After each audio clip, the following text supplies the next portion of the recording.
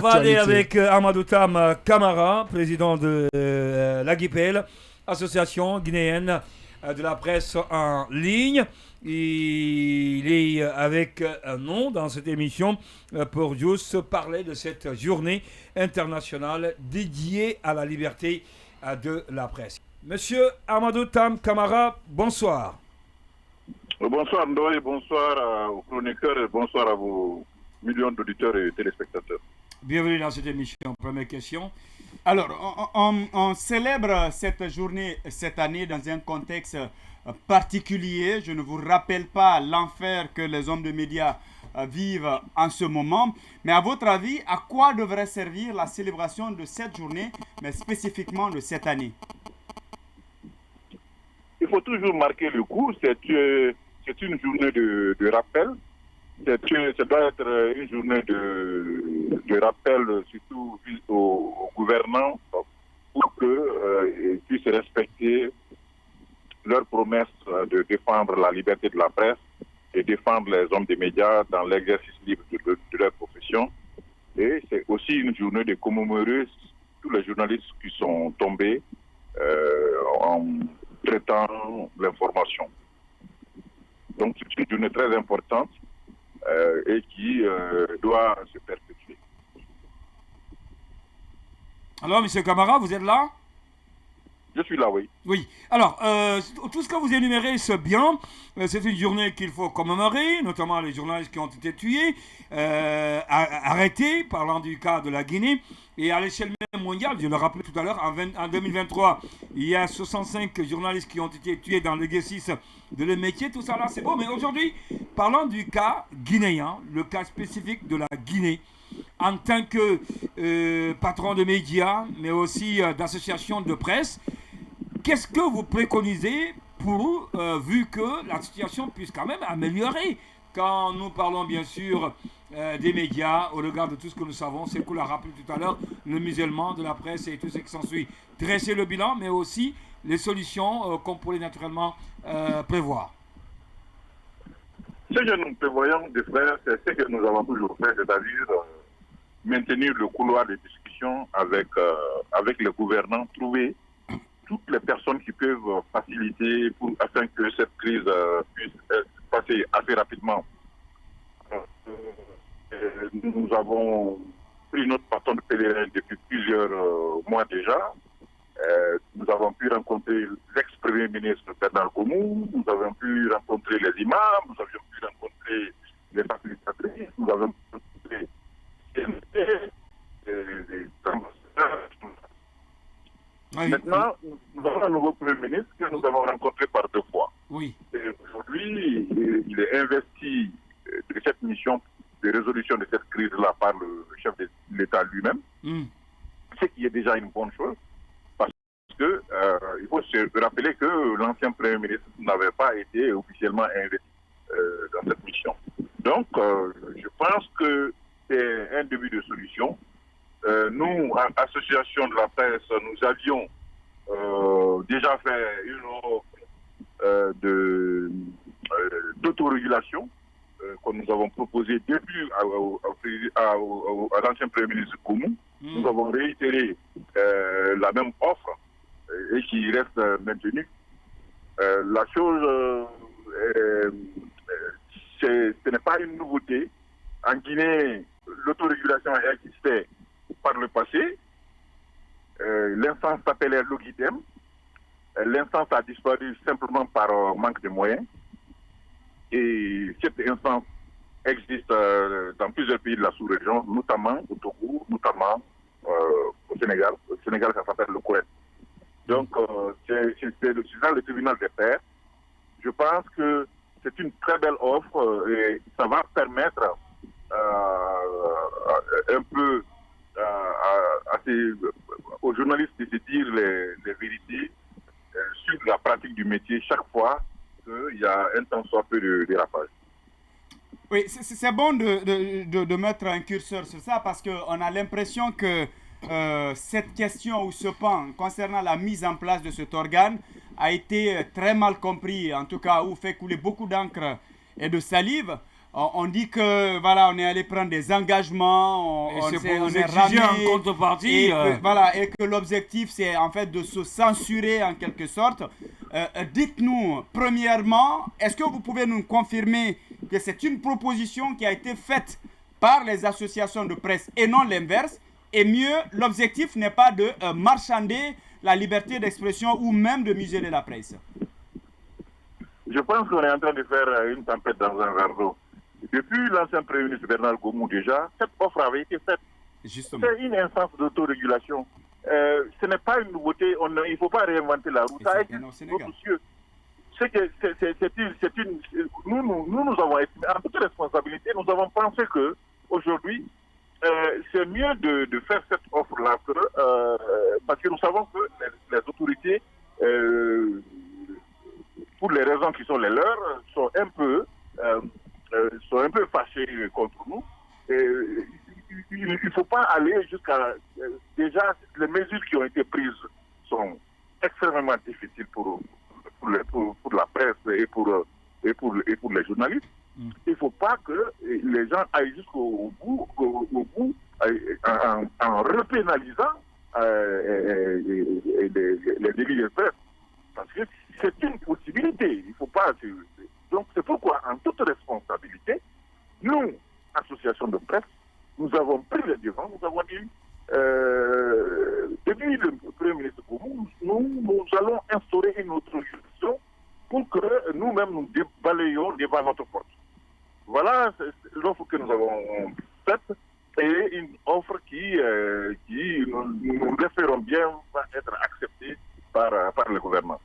Ok, Monsieur Camara, donc vous dites que les autorités sont... Vous êtes là, M. Camara?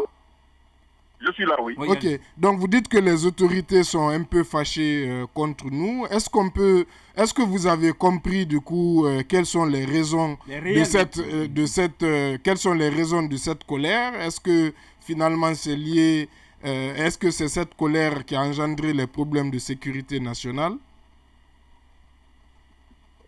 Une chose est claire, si les autorités n'étaient pas fâchées contre nous, je ne vois pas pourquoi on va brouiller les ondes, on va fermer les accès, pourquoi on va, je ne sais pas moi, décrocher les télévisions, les radios et les télévisions dans les bouquets satellitaires. Si cela a été fait, c'est parce que simplement les gouvernants ne sont pas très contents de nous. C'est une lapalissade. Maintenant, je pense que ces autorités-là estiment qu'il y a assez de dérapage sur les ondes, c'est pourquoi ils sont fâchés.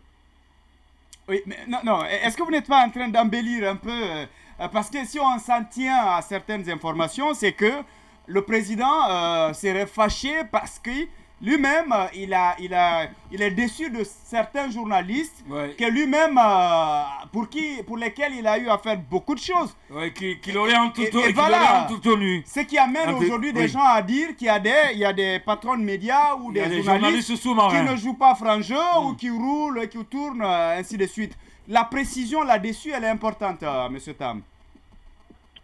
Bon, ce qui se passe entre le président et certains journalistes, je ne sais pas.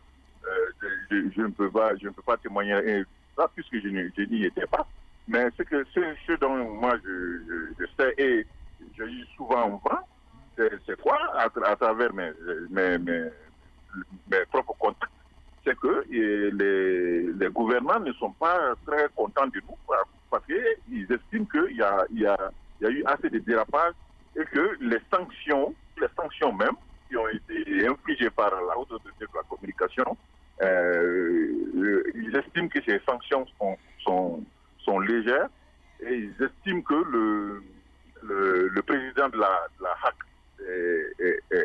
est paternaliste. J'ai entendu tous ces mots-là. Donc voilà autant de raisons qui font que nous sommes en droit de dire qu'ils ne sont pas contents de nous.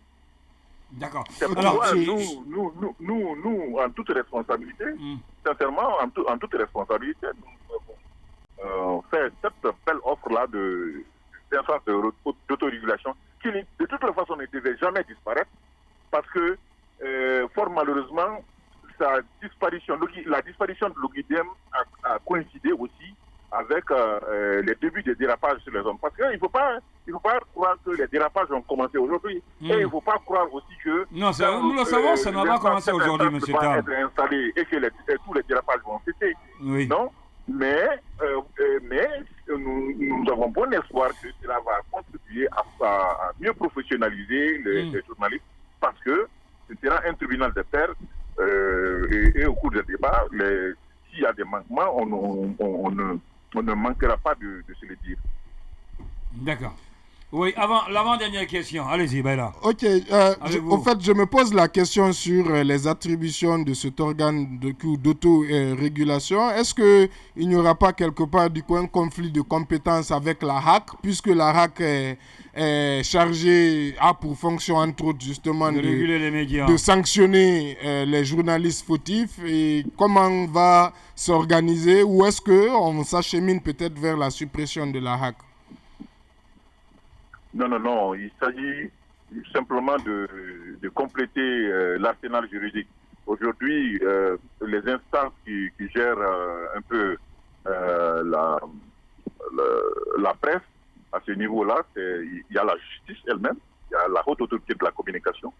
Mais maintenant, en amont, nous voulons qu'il y ait un tribunal de pairs qui, en amont, peut servir un peu d'une sorte de tribunal de première instance pour tout cela. Et je pense que ce n'est pas une invention guinéenne. Elle a déjà existé en Guinée. Ça s'appelait l'Ogidem. Ça a disparu parce qu'il n'y avait pas de moyens, c'est tout. Et encore une fois, les dérapages ont commencé lorsque l'Ogidem a disparu du paysage médiatique guinéen. D'accord. Dernière question, M. Camara. J'allais m'en vouloir si je ne vous posais pas cette question. Il y a un Reporters sans frontières qui vient de publier donc son rapport annuel. La Guinée gagne 7 points. Êtes-vous dessus, mitigé ou encore reconforté suite à ce classement? Sincèrement, je ne sais pas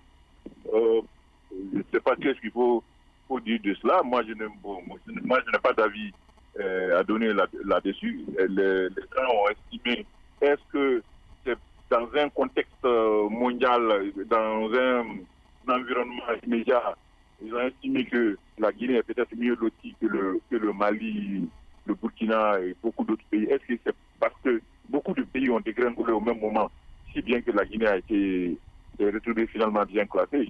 Je n'en sais rien. Mais toujours est-il que... mais en tant qu'homme de médias, quand même, M. Camara, responsable aussi d'associations de presse, et je ne sais pas si vous n'êtes pas en train d'esquiver peut-être la question. Je n'ai pas compris votre question. Oui, vous dites que vous n'en savez rien en tant président d'association de presse, mais aussi homme de médias. Non, moi je cherche à comprendre qu'est-ce qui s'est passé.